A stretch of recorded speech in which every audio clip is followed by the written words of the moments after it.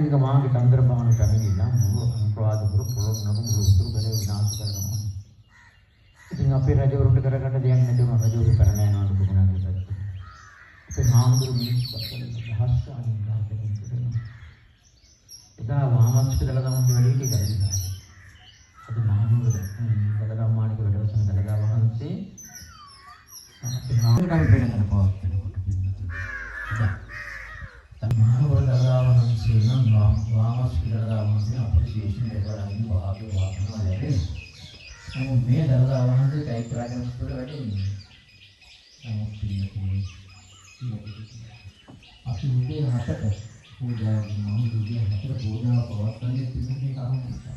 ඒ ආශ්‍රය විතරක් නෙමෙයි පාට ආලෝක දරවගෙන මල චෛත්‍යරාජ වහන්සේ මොහොත විශ්වවිද්‍යාලයේ උත්කල ප්‍රේම මහා ජාති මාදලම් කායත අනුමන් දෙවිලි පිළිවිලි පොතේ මුලිකතාවට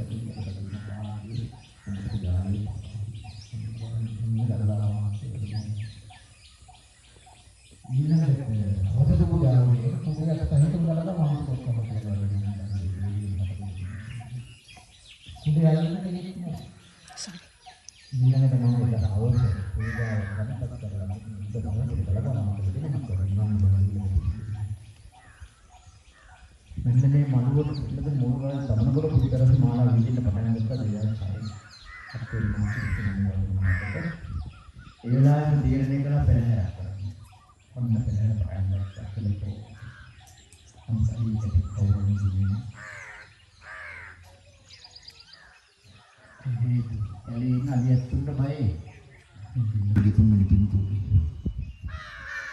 එදා හිටම් පිළිමේ කාස්ටර්ම සිද්ධ වෙනවා. මේ පිළිතුරුගේ ගුරු